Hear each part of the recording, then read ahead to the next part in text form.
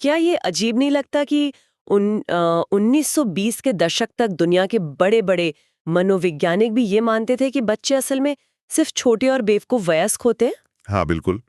और ये एक बहुत बड़ी गलतफहमी थी। है ना? मतलब उस समय की धारणा यही थी कि बच्चों का दिमाग बड़ों जैसा ही होता है, बस उनके पास जानकारी कम होती है और शरीर छोटा होता है। एकदम सही कह रही हैं आप। लोग सोचते थे कि जैसे जैसे शरीर बड़ा होगा वे अपने आप होशियार हो जाएंगे। हाँ, लेकिन आधुनिक मनोविज्ञान ने तो इस पूरी सोच को सिरे से खारिज ही कर दिया है। बिल्कुल कर दिया है। और इसीलिए बाल मनोविज्ञान इतना अहम हो जाता है। सही कहा। और आज की इस गहन चर्चा का विषय भी यही है, बाल्यावस्था और विकास। हमने बीएड प्रथम वर्ष के फाउंडेशंस ऑफ चाइल्ड डेवलपमेंट के नोट्स और कुछ बेहतरीन रिसर्च को खंगाला है। और हमारा जो मिशन है आज का वो यही समझना है कि एक बच्चे का विकास वास्तव में कितनी जटिल और दिलचस्प प्रक्रिया है। ये सिर्फ शरीर के बड़े होने की कहानी नहीं है। बिल्कुल नहीं है। तो चलिए इसे थोड़ा विस्तार से समझते हैं। सबसे बुनियादी सवाल से शुरू करते हैं, विकास आखिर है क्या? देखिए, मनोवैज्ञानिक हरलॉक ने इसे बहुत अच्छे से समझाया है। उन्होंने कहा कि विकास केवल उम्र का बढ़ना नहीं है, बल्कि यह परिपक्वता की ओर प्रगतिशील परिवर्तनों की एक श्रृंखला है।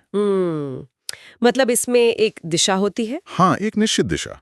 और क्रो ने भी तो यही कहा है कि बाल मनोविज्ञान गर्भकाल से लेकर किशोरावस्था तक का पूरा वैज्ञानिक अध्ययन है। अच्छा, लेकिन इन सब में मुझे स्किनर का सिद्धांत सबसे ज्यादा सोचने पर मजबूर करता है। स्किनर का अंतःक्रिया वाला हाँ, सिद्धांत। स्किनर कहते हैं कि विकास किसी भी जीव और उसके वातावरण के बीच होने वाली निरंतर अंतःक्रिया यानी इंटरैक्शन का परिणाम है। बिल्कुल। तो मतलब अगर मैं इसे एक उपमा से समझने की कोशिश करूं तो क्या ये हमारे स्मार्टफोन की तरह है? स्मार्टफोन की तरह?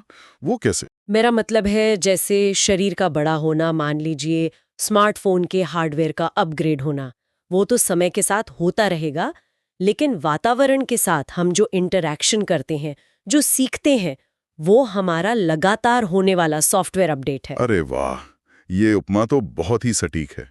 लेकिन यहाँ जो सबसे दिलचस्प बात है वो ये है कि ये जो सॉफ्टवेयर अपडेट है ना, ये एक तरफा नहीं होता। एक तरफा नहीं होता मतलब कंपनी सिर्फ अपडेट भेजती नहीं है। स्किनर जिस इंटरेक्शन की बात कर रहे हैं वो दो तरफा है। बच्चा केवल वातावरण से चीजों को सोख नहीं रहा है, वो अपने आसपास के वातावरण पर असर भी डाल रहा है। अच्छा, जैसे जब एक छोटा बच्चा रोता है तो वो अपने माता पिता के व्यवहार को बदल देता है। और माता पिता की प्रतिक्रिया फिर बच्चे के अगले व्यवहार को तय करती है। ये एक कभी ना खत्म होने वाला लूप है। हाँ, ये तो है। लेकिन रुकिए, अगर सब कुछ इस जीव और वातावरण के इंटरेक्शन पर ही निर्भर है, तो फिर एक ही घर में पले बड़े दो भाई बहन इतने अलग कैसे हो जाते हैं? उनका वातावरण तो लगभग एक जैसा ही होता है ना? यही वो जगह है जहाँ मामला थोड़ा जटिल हो जाता है। देखिए, एक ही घर में रहने का मतलब ये नहीं है कि दोनों बच्चों का मनोवैज्ञानिक वातावरण बिल्कुल एक है। माता पिता का व्यवहार अलग हो सकता है। बिल्कुल। पहले बच्चे के साथ व्यवहार और दूसरे बच्चे के साथ व्यवहार अलग होता है। और बच्चे का अपना जन्मजात स्वभाव भी तो होता है। एक शांत बच्चा माहौल को अलग तरह से लेगा और चंचल बच्चा कुछ और ही निष्कर्ष निकालेगा। सही कहा। तो ये जो सॉफ्टवेयर अपडेट और इंटरैक्शन का लूप है, ये मुख्य रूप से किन क्षेत्रों में होता है? क्योंकि विकास कोई एक सीधी रेखा तो है नहीं। एकदम नहीं है। मनोवैज्ञानिक विकास को मुख्य रूप से 4 जुड़े हुए आयामों में देखते हैं। पहला शारीरिक विकास, जिसमें शरीर पर नियंत्रण आता है। दूसरा है संज्ञानात्मक विकास, यानी सोचने और तर्क करने की क्षमता। तीसरा भाषा का विकास है। और चौथा है सामाजिक और नैतिक विकास। अच्छा, जहाँ तक संज्ञानात्मक या दिमागी विकास की बात है, मैंने स्विस मनोवैज्ञानिक जीन पियाजे के बारे में बहुत पढ़ा है। उन्होंने तो बच्चों को नन्हे वैज्ञानिक कह दिया था। हाँ, और ये मनोविज्ञान के इतिहास का एक बहुत बड़ा टर्निंग पॉइंट था। लेकिन मुझे एक बात बताइए, क्या एक 3 साल का बच्चा वाकई किसी वैज्ञानिक की तरह सोच सकता है? ये थोड़ा बड़ा दावा नहीं है? सुनने में लगता है, लेकिन पियाजे ने बच्चों को खेलते हुए बहुत करीब से देखा था। उन्होंने कहा कि बच्चे कोई खाली बर्तन नहीं है जिन्हें हमें ज्ञान से भरना है। वे सक्रिय रूप से दुनिया का अपना मॉडल खुद बनाते हैं। तो वे मॉडल बनाते कैसे हैं? इसके लिए उन्होंने 2 बहुत अहम शब्द दिए, आत्मसातकरण और समायोजन। ये सुनने में थोड़े भारी शब्द हैं। इसे थोड़ा आसान भाषा में समझते हैं। बिल्कुल। मान लीजिए एक छोटे बच्चे ने जीवन में पहली बार एक कुत्ता देखा। उसे बताया गया कि ये कुत्ता है, इसके 4 पैर हैं और ये भौंकता है। बच्चे ने इस जानकारी को अपने दिमाग में बैठा लिया। इसे कहते हैं आत्मसातकरण। ठीक है, उसने डेटा सेव कर लिया। हाँ, अब कुछ दिन बाद वो बच्चा एक गाय को देखता है उसके भी 4 पैर हैं, तो बच्चा उसे देखकर भी कुत्ता ही कहता है। हाँ हाँ, क्योंकि उसके दिमाग का जो मॉडल है वो यही कहता है कि 4 पैर वाला हर जानवर कुत्ता होता है। एकदम सही। लेकिन जब कोई बड़ा उसे टोकता है कि नहीं ये कुत्ता नहीं गाय है, तो बच्चे के दिमाग में एक संघर्ष पैदा होता है। अब उसे अपना पुराना मॉडल बदलना पड़ता है। ताकि वो कुत्ते और गाय में फर्क कर सके। बिल्कुल, इसे समायोजन कहते हैं। और नन्हे वैज्ञानिक इसी तरह प्रयोग करते हैं, गलतियां करते हैं और अपना डेटाबेस अपडेट करते हैं। अरे वाह! तो ये प्रक्रिया उम्र के साथ बदलती कैसे है? बच्चा चीजों को छूकर और मुंह में डालकर दुनिया को समझता है। हाँ, जैसे उन्हें लगता है कि जो आंख के सामने नहीं है वो गायब हो गया। बिल्कुल। फिर 2 से 7 साल तक पूर्व संक्रियात्मक अवस्था आती है, जहां बच्चा भाषा सीखता है पर बहुत आत्मकेंद्रित होता है। मतलब उन्हें लगता है कि चांद उनके साथ साथ चल रहा है। एकदम सही उदाहरण। फिर 7 से 11 साल तक वे तार्किक रूप से सोचना शुरू करते हैं, लेकिन सिर्फ उन चीजों के लिए जो सामने भौतिक रूप से मौजूद हों। और आखिरी चरण 11 साल और उससे ऊपर, यहाँ किशोर अमूर्त चीजों के बारे में, दर्शन और न्याय के बारे में सोचने लगते हैं। पियाजे की ये बात बहुत तार्किक लगती है, लेकिन यहाँ एक सवाल है। पूछिए। अगर ये सच है कि बच्चे प्राकृतिक रूप से नन्हे वैज्ञानिक हैं, जो चीज़ों को छूकर खुद सीखते हैं, तो हमारी जो पारंपरिक शिक्षा प्रणाली है वो तो इसके बिल्कुल उलट काम कर रही है ना। बच्चों को चुपचाप बैठाकर सिर्फ ब्लैक बोर्ड से रटने को कहा जाता है। क्या ये उनके वैज्ञानिक स्वभाव को खत्म नहीं कर रहा है? ये एक बहुत ही कड़वा सच है और आपने एकदम सही दुखती रग पर हाथ रखा है। संज्ञानात्मक विकास का असली मतलब केवल सूचनाओं को रटना नहीं है, बल्कि तर्क करना है। हाँ, सवाल पूछना है। बिल्कुल। जब हम बच्चों को चुपचाप बिठा देते हैं तो हम उस इंटरैक्शन को रोक देते हैं जिसकी बात स्किनर कर रहे थे। एक नन्हे वैज्ञानिक को तो प्रयोग करने का माहौल चाहिए। सही कहा। अच्छा, बचपन का दौर तो समझ आ गया, लेकिन फिर एक ऐसा समय आता है जब सब कुछ उथल-पुथल हो जाता है। आप किशोरावस्था की बात कर रही हैं? हाँ, 13-14 साल की उम्र में वो आज्ञाकारी बच्चा अचानक विद्रोही क्यों हो जाता है? मैंने पढ़ा है कि इसे तनाव और तूफान की अवस्था कहा गया है। ऐसा क्यों? क्योंकि ये सिर्फ शरीर में हो रहे हार्मोनल बदलावों का समय नहीं है। एरिक एरिक्सन के अनुसार इस उम्र में इंसान एक बहुत बड़े संकट से गुजरता है, जिसे पहचान का संकट या आइडेंटिटी क्राइसिस कहते हैं। पहचान का संकट मतलब मैं कौन हूँ, इस तरह के सवाल? बिल्कुल यही सवाल।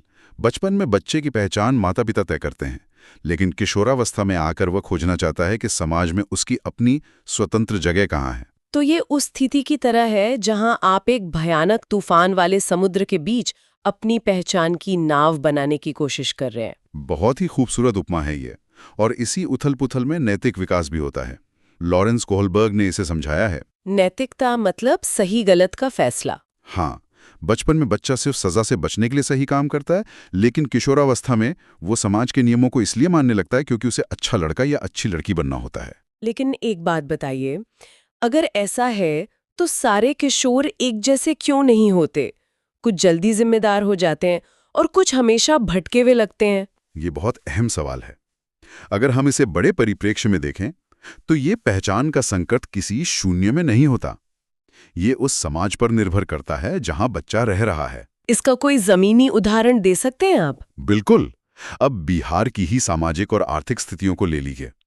वहां एक किशोर के लिए पहचान खोजने का मतलब कला या संगीत में रुचि खोजना नहीं होता। हाँ, वहाँ तो शायद बहुत कम उम्र में परिवार की आर्थिक जिम्मेदारी उठाना ही सबसे बड़ी पहचान बन जाती है। एकदम सही।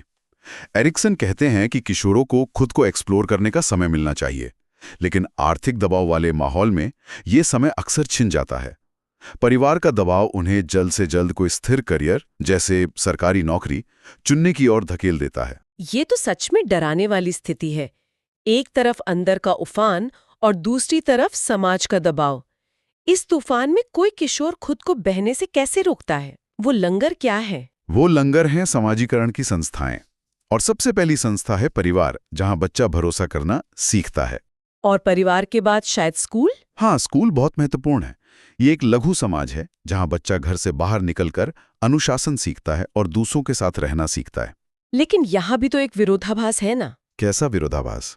देखिए, अगर स्कूल समाजीकरण कर रहा है तो हम अक्सर स्कूलों को एक ऐसी फैक्ट्री मान लेते हैं जहां से एक जैसे प्रोडक्ट निकलने चाहिए, जबकि नोट्स में साफ साफ व्यक्तिगत भिन्नता या इंडिविजुअल डिफरेंसेस की बात की गई है कि हर बच्चा अलग है। आपने बिल्कुल सही नब्ज पकड़ी है। जब स्कूल एक फैक्ट्री की तरह काम करने लगते हैं, जहां हर बच्चे को एक ही तरीके से पढ़ाया जाता है, तो हम मनोविज्ञान के सबसे बुनियादी नियम को तोड़ रहे होते हैं। हाँ, क्योंकि हर नन्हा वैज्ञानिक अलग तरह से सोचता है। बिल्कुल। इसीलिए शिक्षक की भूमिका एक फैक्ट्री के मैनेजर की तरह नहीं, बल्कि एक माली की तरह होनी चाहिए। एक माली जानता है कि गुलाब को अलग तरह की मिट्टी चाहिए और कैक्टस को अलग तरह का माहौल। तो इसका सीधा सा मतलब ये है कि हमें सिर्फ बच्चों के अंकों पर फोकस नहीं करना चाहिए। एकदम नहीं। अंक तो सिर्फ रटने की क्षमता बताते हैं। हमें बच्चे के समग्र विकास पर ध्यान देना चाहिए। उसका शारीरिक, मानसिक और सामाजिक विकास सब जुड़ा हुआ है। ये चर्चा वाकई बहुत कुछ सोचने पर मजबूर करती है। हमने देखा कि विकास स्किनर के अनुसार एक इंटरैक्शन है, पियाजे के अनुसार बच्चे नन्हे वैज्ञानिक हैं, और किशोरावस्था एक ऐसा तूफान है जिसे परिवार और स्कूल के सही मार्गदर्शन की जरूरत है। और ये सब हमें बताता है कि बचपन केवल बड़े होने की नहीं, बल्कि एक बहुत ही खूबसूरत और जटिल यात्रा है। बिल्कुल। और जो भी लोग हमें सुन रहे हैं, उनके लिए ये अपनी यादों में झांकने का मौका है। हम सभी कभी न कभी वे प्रयोग करने वाले नन्हे वैज्ञानिक थे।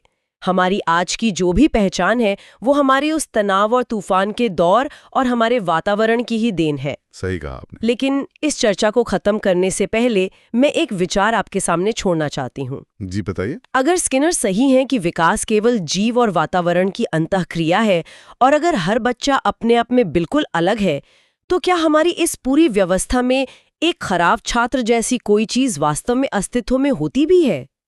ये तो बहुत गहरा सवाल है। या फिर वो सिर्फ एक ऐसा नन्हा वैज्ञानिक है जिसे उसके वातावरण से सही सॉफ्टवेयर अपडेट ही नहीं मिल पाया? इस पर जरूर विचार कीजिएगा।